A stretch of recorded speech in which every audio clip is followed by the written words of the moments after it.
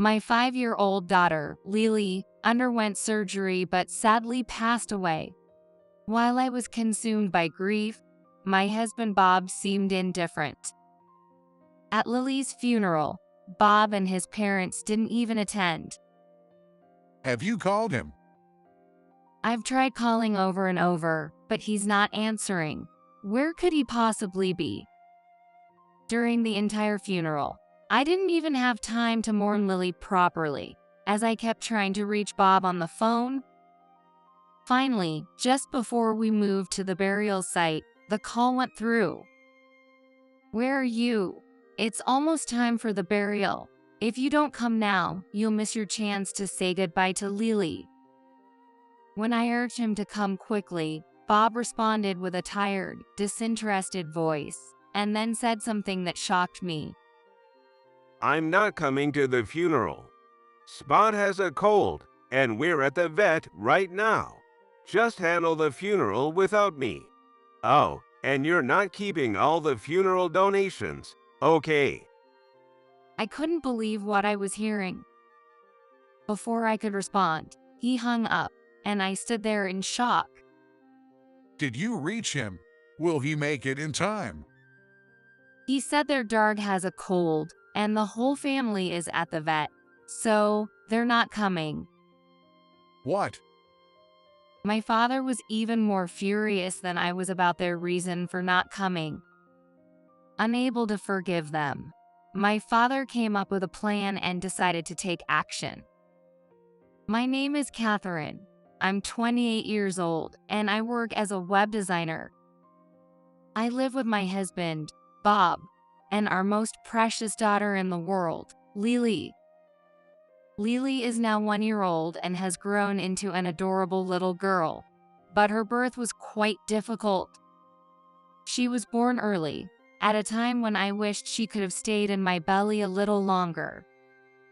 When she was born, she weighed only 3 pounds and was immediately moved to an incubator without me even holding her.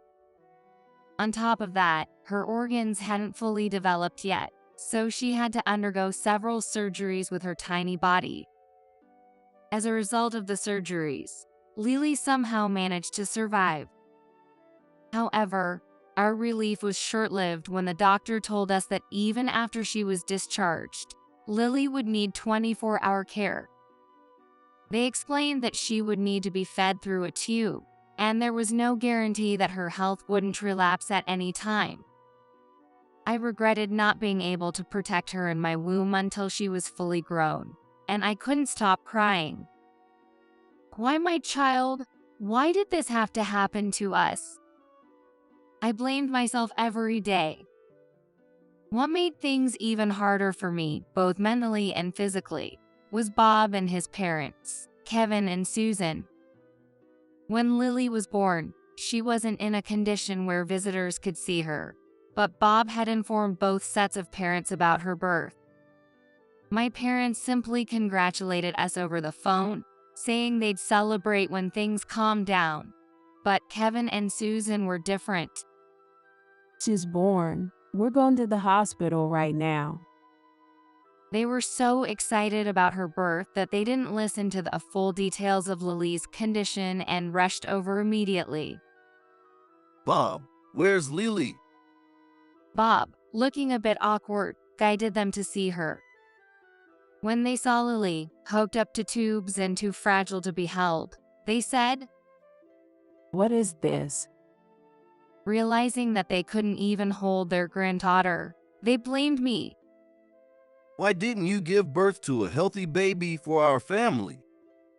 "That's right. Do you know how much we were looking forward to meeting our grandchild?" Even though I had just had a C-section and couldn't even get out of bed, they still blamed me. "Stop pretending to be sick. Get up and explain yourself." "Why did you even marry Bob if you couldn't have a healthy child? How are you going to take responsibility for this? When will this baby ever get better?"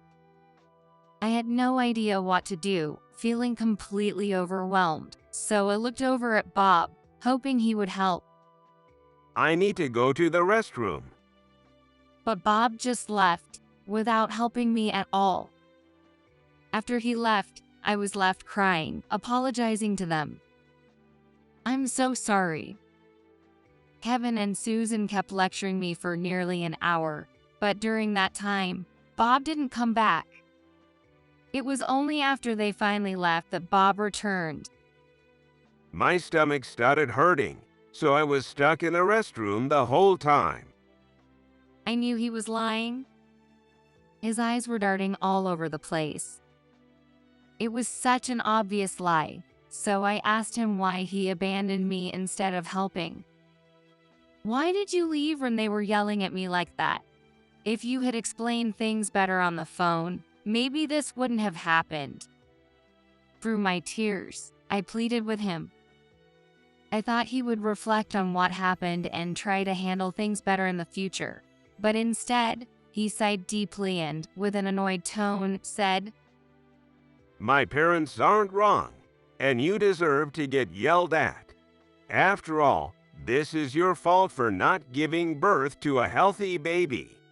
Don't try to act like it's my responsibility too. After saying that, Bob clicked his tongue and left. From that day on, Bob never came to visit us at the hospital again. Even after we were discharged from the hospital, Bob continued to treat me and Lily coldly, avoiding any contact with us. "Hey, I bought Lily a cute outfit today. Isn't it adorable?" No matter how much I tried to reach out, Bob acted like nothing happened. When he did talk to me, it was just to tell me how he was going to avoid us. I've got work dinners tomorrow and the day after, so I won't need dinner.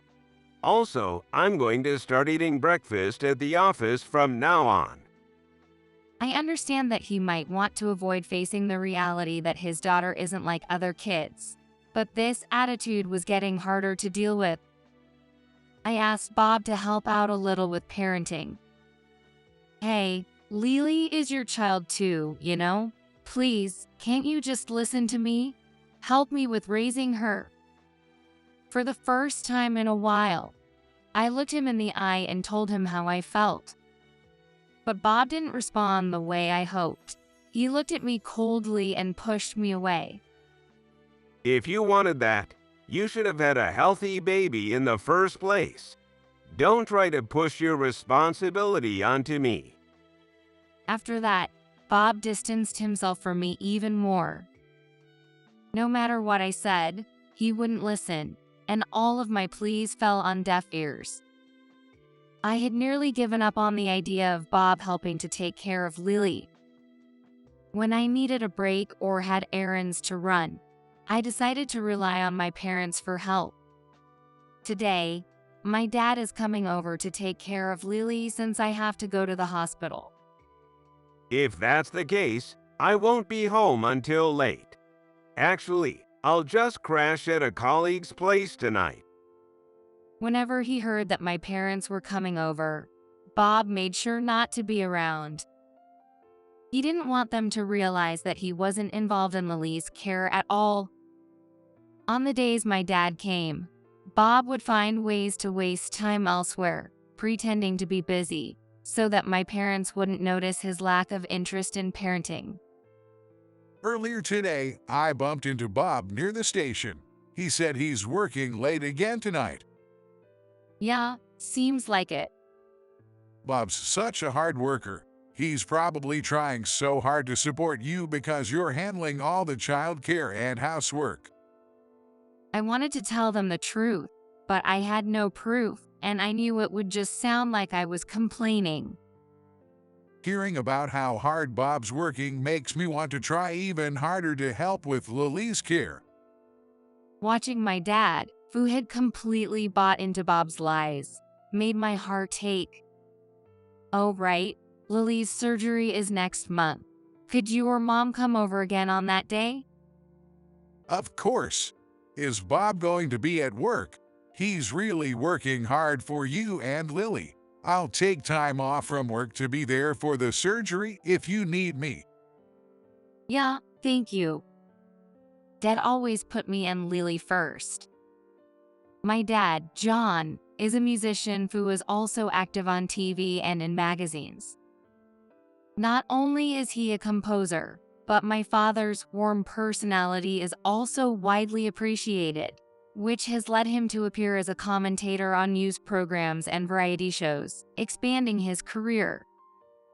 Despite his hectic schedule, he postponed important engagements and took time off to be with me when Bob couldn't.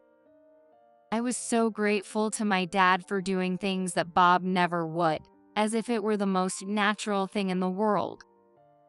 By the time Lily turned 5, I had been living this way for years when suddenly, my mother-in-law, Susan, reached out to me.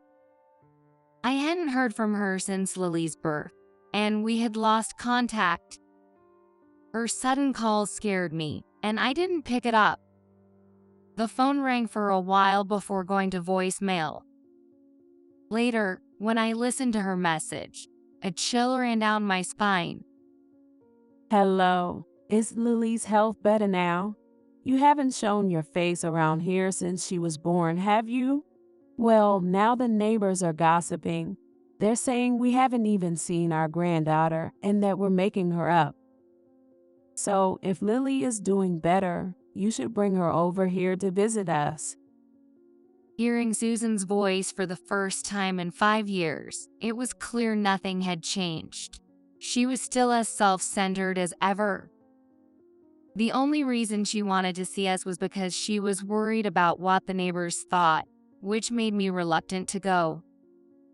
But when Bob came home, he didn't even ask my opinion and immediately said, "We're going to my parents' house this weekend."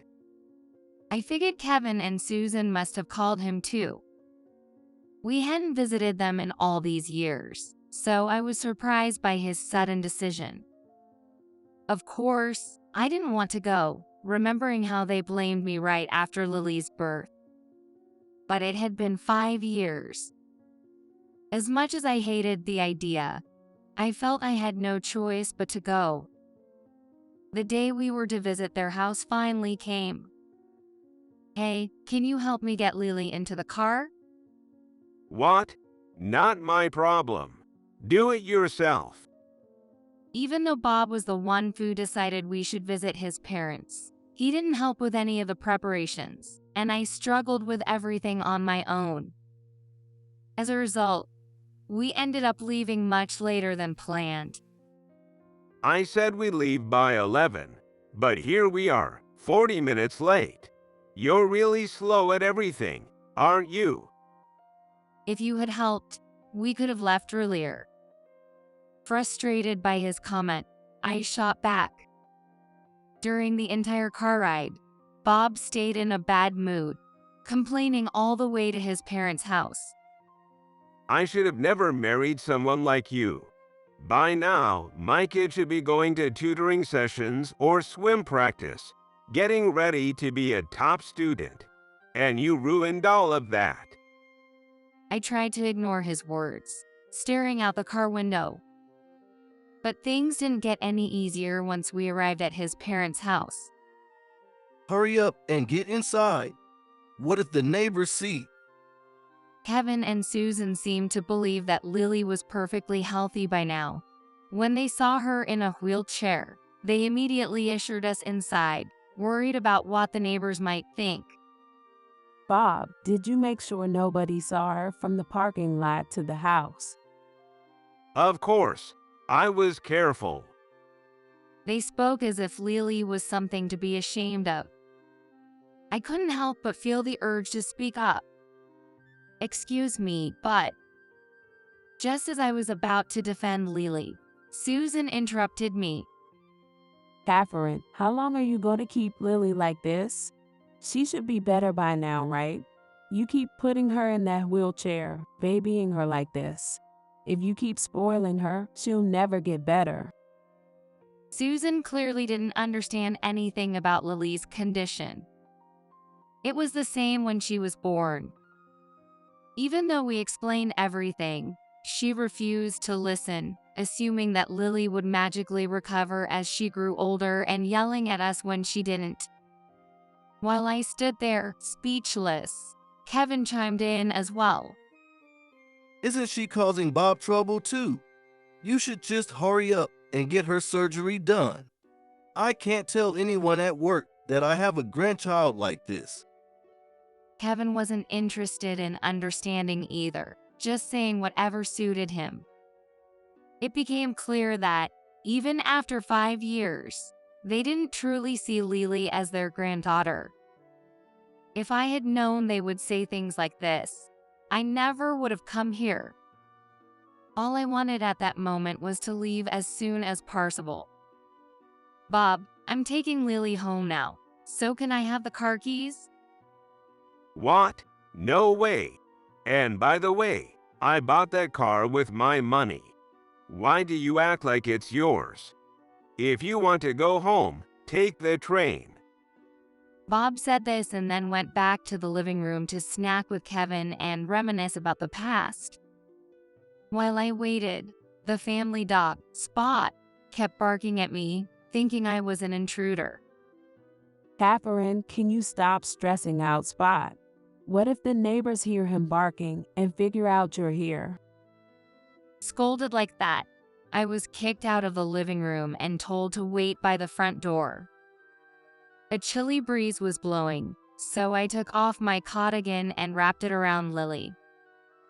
Trying to reassure both her and myself, I softly said, "Lily, I'm sorry, just a little longer, okay? Daddy will be here soon, and then we can go home." 2 hours later, Bob finally said we could leave. All right, we're heading out. Yeah, next time, Bob, you can come alone. And Lily, don't come back until you're better. It was a roundabout way of saying we weren't welcome, but honestly, I didn't mind. However, during the ride home, Bob said, We're going back next month. "What? But they told me not to come." Of course, that was a lie. If we don't go, they'll be angry and think we're not showing any effort. We have to keep going next month and the month after that to stay on their good side.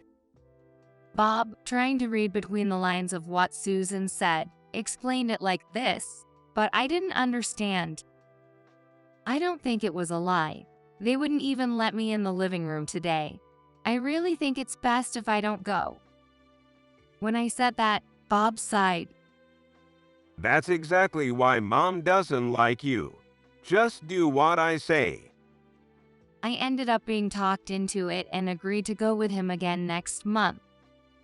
The day came for us to visit Bob's parents again, but on the day of, Bob suddenly said he didn't feel like going. I think I'll skip it today. You go by yourself. What? If you're not going, why should we? I'll call Susan and tell her we're not coming. What? My mom isn't just sitting around all day. She's making time for us. So get over there already. I was stunned by how selfish he sounded. But I knew if I pushed back now, it would only lead to him taking it out on Lily later, and I couldn't let that happen. So, I reluctantly agreed to go. When we arrived at their house, Kevin and Susan were clearly unhappy. Why are you here? Didn't I tell you not to come anymore? Bob's not even here. So what's the point of you being here? I'm sorry. They didn't let us inside, and we were scolded and sent away right at the front door. It was a pointless trip. When I told Bob what happened after we got home, he laughed out loud. So they didn't let you in after all, right? Well, that makes sense. Mom and Dad don't like you too. Bob had been toying with us, looking down on us the entire time. That was the last straw for me, and I finally snapped. What the hell is this? Do you know how long it takes to prepare Lily just to go out? It's more than 30 minutes. And we have to be extra cautious because she could bring back any kind of illness. You might think this is just a game, but for me, it's a nightmare. Stop playing these games with us. For the first time, I raised my voice at Bob, letting out everything I'd been holding in. Bob looked shocked for a moment, but then quickly returned to his usual self and said, No need to get so angry. This is your fault anyway for keeping Lily away from my parents. Your parents visit and see Lily all the time, so you've been the unfair one. He completely missed the point and started shouting at me, telling me to leave. At that moment, I realized I couldn't stay with Bob any longer. I decided to return to my parents' house. When I returned to my parents' house after a long time, they welcomed me and Lily warmly.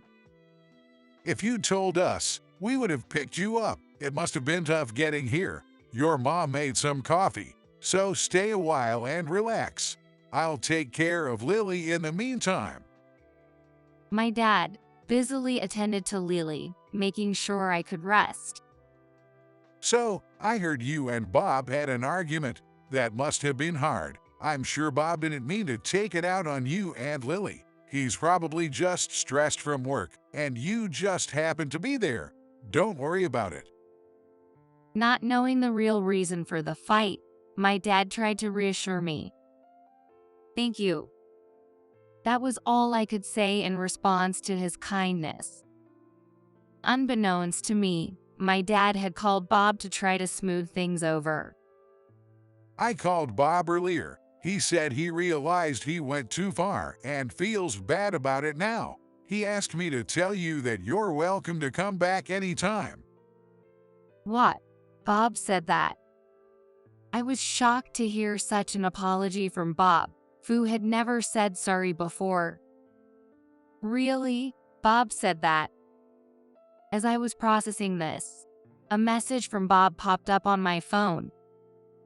Oh, looks like Bob texted you. Maybe he's saying he misses you and Lily, right? My dad nudged me playfully, grinning. With a slightly hopeful expression, I opened Bob's message, but my excitement quickly vanished. The message from Bob was the exact opposite of what my father had just told me.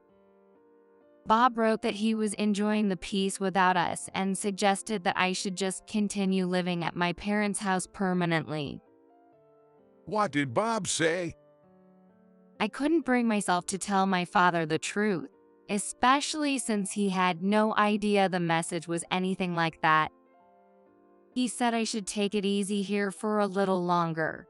I might stay for another month or so. Since I'm back, I'd like to clean up my old room. I lied on the spot, trying to keep my dad from worrying, and acted cheerful. Of course, my parents were happy to let me stay as long as I wanted. About a week after staying at my parents' house, Lily's condition suddenly took a turn for the worse. While I was taking a shower, my mother rushed in, alarmed by how Lily was acting.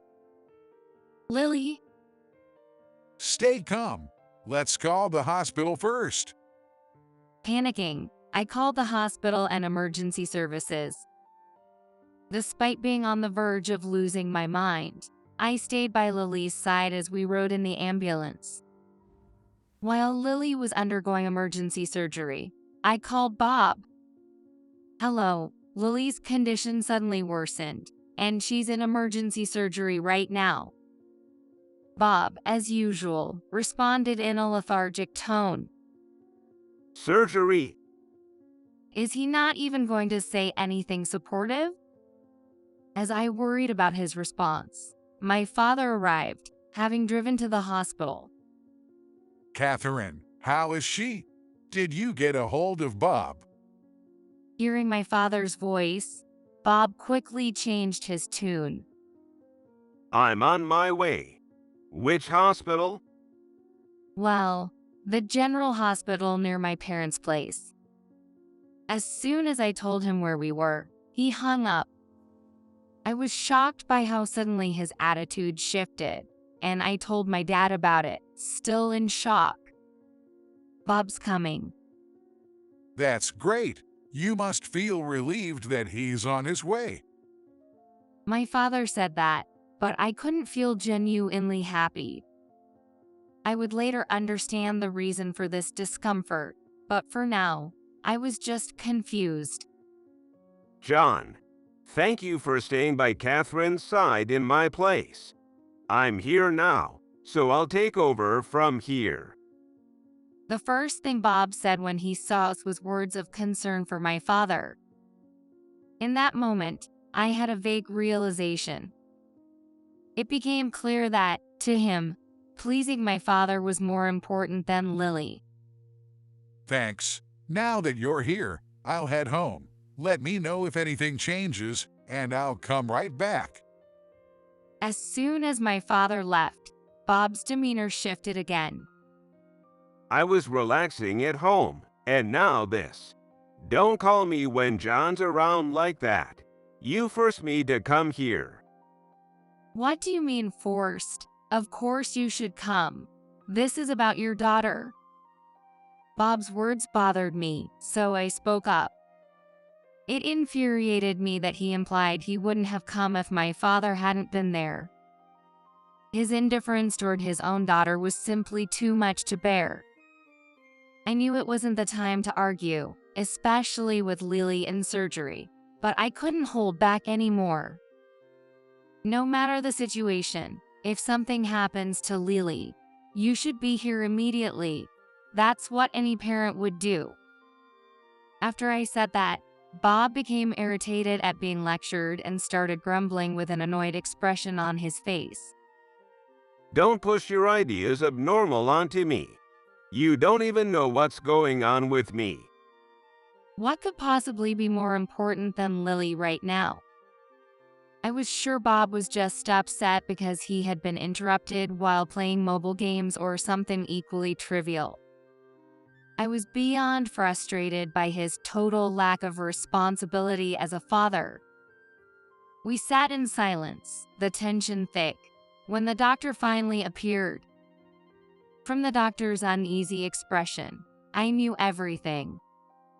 Then the doctor, with a heavy heart, began to speak. What? Lily? He told us that Lily had passed away during the surgery. I stared at the doctor, unable to blink for a while. Then, all I could do was break down in tears right there. Still unable to fully grasp the reality of losing Lily, both Bob and I informed our parents. My parents rushed to be by my side, but Kevin and Susan never came. However, I barely had time to think about their absence, as I was immediately busy with paperwork and funeral arrangements. As I began preparing for the funeral, I suddenly realized, wait, where's Bob? At first, I thought he had just gone to the restroom. But he never came back, and the funeral proceeded without him. Where's Bob? Both my father and mother began looking around, realizing his absence. Kevin and Susan weren't there either. Catherine, why don't you try calling Bob? Following my father's suggestion, I tried calling Bob. But no matter how many times I called, he didn't pick up. Other attendees began to notice that neither Bob nor his parents were there, and everyone seemed confused. Even during the service, I kept calling Bob repeatedly. Eventually, it was time to move to the burial site. Bob, where are you? What are you doing? Even as I carried out my duties as the chief mourner, I continued trying to reach Bob. My father also started calling him, and finally, we got through. Where are you? It's time for the burial. This is your last chance to say goodbye to Lily. Hurry. With time running out, I spoke rapidly, urging him to come. Then Bob, in his usual lethargic tone, said, Nope, I'm not coming. You handle it on your own. Oh, but don't even think about keeping all the funeral donations for yourself. What do you mean you're not coming? And no matter how much Kevin and Susan dislike us, it's basic decency for them to attend, right? I've got bigger things to deal with than Lily's funeral right now.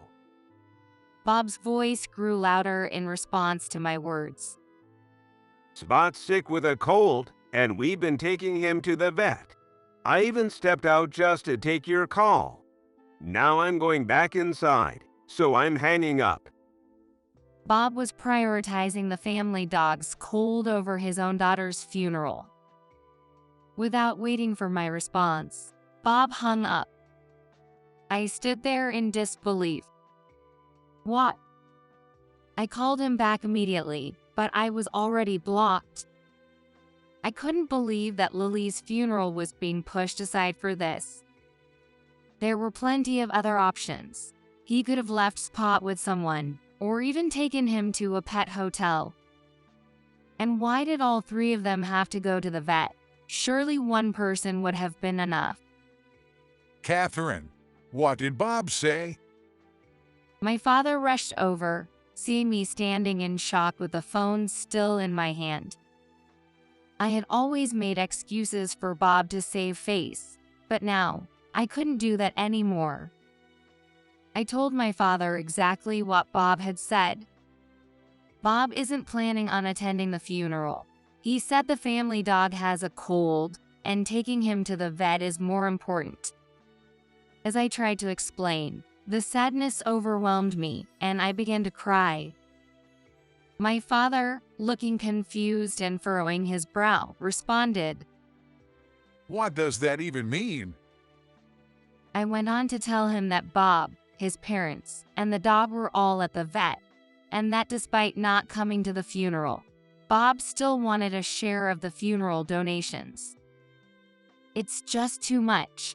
It's not like all three of them need to be with the dog just because it has a cold. My father gently rubbed my back, trying to comfort me.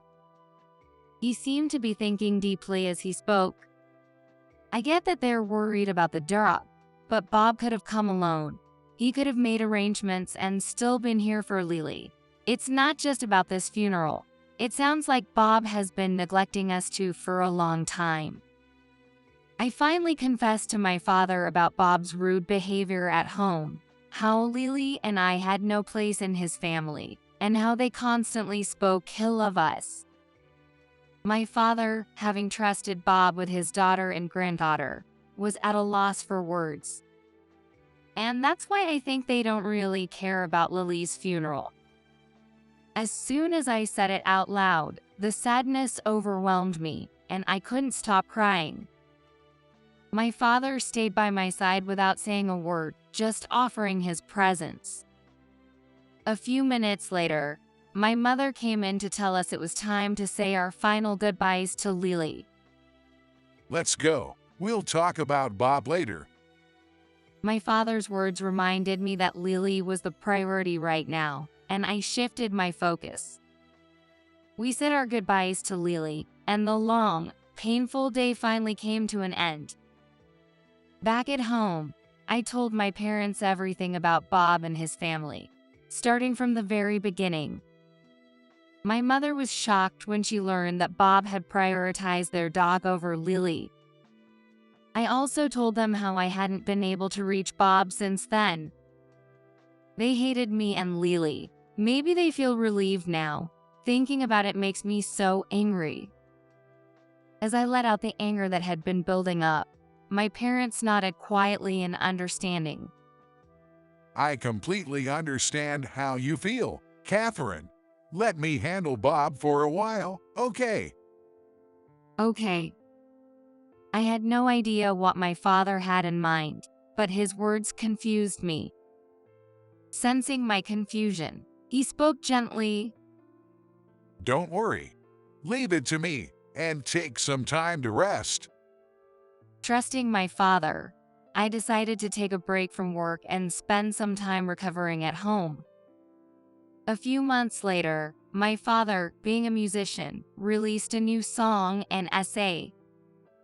My mother and I sat together, watching the TV show where he was set to appear. "Oh, here comes Dad." When asked about the inspiration behind his new work, my father explained, Actually, my 5-year-old granddaughter passed away due to illness.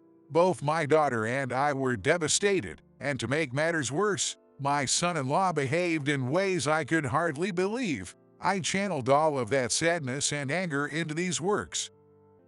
As soon as my father finished speaking, the song and essay created a huge response.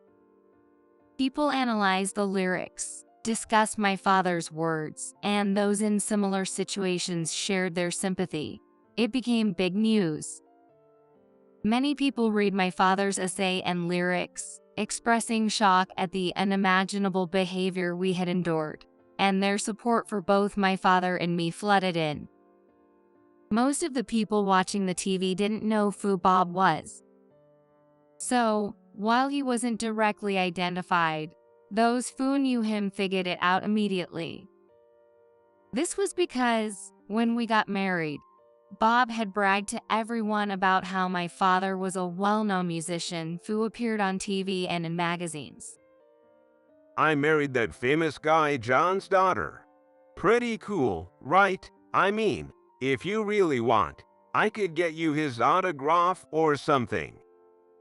He'd go around saying that to his friends and colleagues.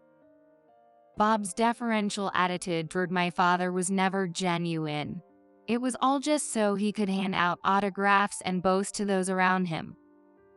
If he upset my father and damaged their relationship, he wouldn't be able to brag anymore, let alone get autographs. So, he went out of his way to act like the perfect husband in front of my father.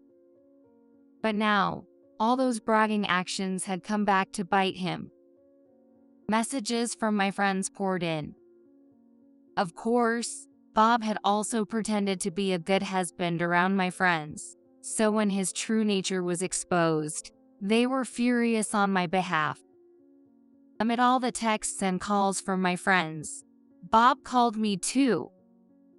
I had ignored his calls while replying to my friends, but the phone wouldn't stop ringing. The same Bob who had blocked my number when it suited him was now desperately trying to get in touch. I sighed at the sight of his name on the screen, but eventually decided to answer. Hey, you need to get John to take back what he said. I'm getting flooded with calls, and so are my parents. Do something. It seemed Bob had been getting a lot of messages too. Apparently, both he and his parents had been bragging about my father as well. Come on, he'll listen to you, right? Tell him I'm sorry and ask him to take it back. Even over the phone, I could tell Bob was panicking, probably pale with worry. Knowing this, I made it clear that I wouldn't ask my father to do anything. No, this is your last chance to realize how much pain Lily and I endured. Maybe now that people know, you'll finally learn something. I said this firmly, but Bob continued to plead. Please, I'm begging you. Fine, you can keep all the funeral donations if you want.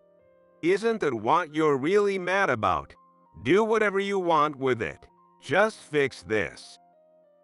It's not about the money. Bob's insensitive words made me snap, and I raised my voice in anger. It's not about the money.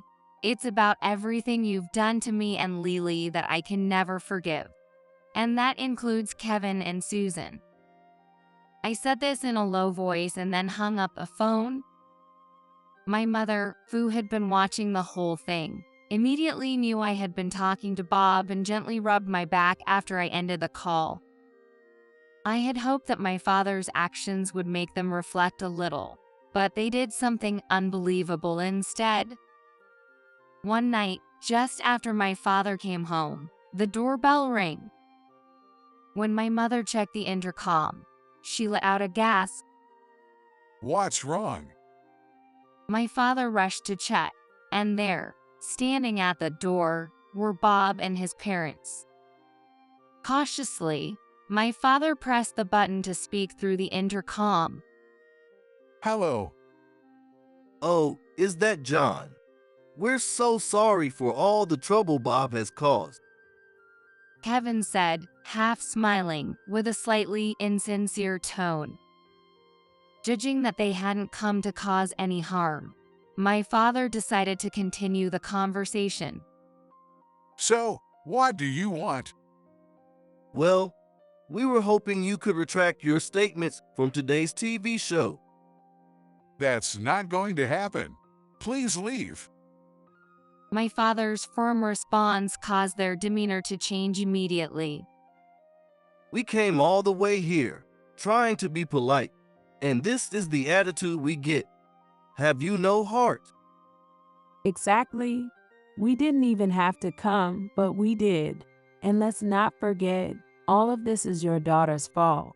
If she had just given birth to a normal, healthy child, none of this would have happened.